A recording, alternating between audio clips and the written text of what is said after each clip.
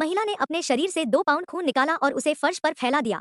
फिर हिंसक अपराध के बाद की स्थिति को दिखाने के लिए कपड़े से उसे साफ कर दिया। फिर उसने एक धातु की छड़ ली, उस पर खून लगाया और उसे हत्या के हथियार के रूप में दिखाने के लिए चिमनी के अंदर छिपा दिया। बस एक आखिरी कदम था, अपने पति के क्रेडिट कार्ड का अधिकतम उपयोग करना और उसके नाम से एक उच्च मूल्य वाली जीवन बीमा पॉलिसी खरीदना। अब तक आपको शायद समझ में आ गया होगा कि वह क्या कर रही है। वह अपने पति को अपनी ही हत्या के लिए फंसा रही थी, लेकिन वह इतना आगे क्यों जाएगी? सच तो यह है कि एमी और उसके पति निक की हाल ही में शादी हुई थी। वे अपने हनीमून चरण में थे, लेकिन समय के साथ एमी को एहसास हुआ कि निक में कोई प्रेरणा नहीं थी। उसने नौकरी करने से इनकार कर दिया और बेतहाशा पैसे खर्च किए उसे सबक सिखाने के लिए। एमी ने अपराध साहित्य का विस्तार से अध्ययन किया और सीखा कि हत्या के एक विश्वसनीय दृश्य को कैसे पेश किया जाए। एक बार जब सब कुछ सेट हो गया तो वह बिना किसी निशान के गायब हो गई। जब निक घर लौटा, उसने जगह खाली पाई। लिविंग रूम की टेबल पलट गई। उसका पहला विचार यह था कि एमी का अपहरण कर लिया गया है, लेकिन पुलिस को कुछ और ही संदेह था। रसोई में उन्होंने एक कैबिनेट पर खून के निशान देखे जो छींटे के अनुरूप ऊंचाई पर थे, जो फोरेंसिक लाइट में चमक रहे थे। आगे की जांच करने पर उन्हें फर्श पर ऐसे निशान मिले जिनसे पता चलता था कि खून साफ किया गया था, जिससे उनके संदेह को बल मिला कि कोई गड़बड़ी हुई है। जांच के दौरान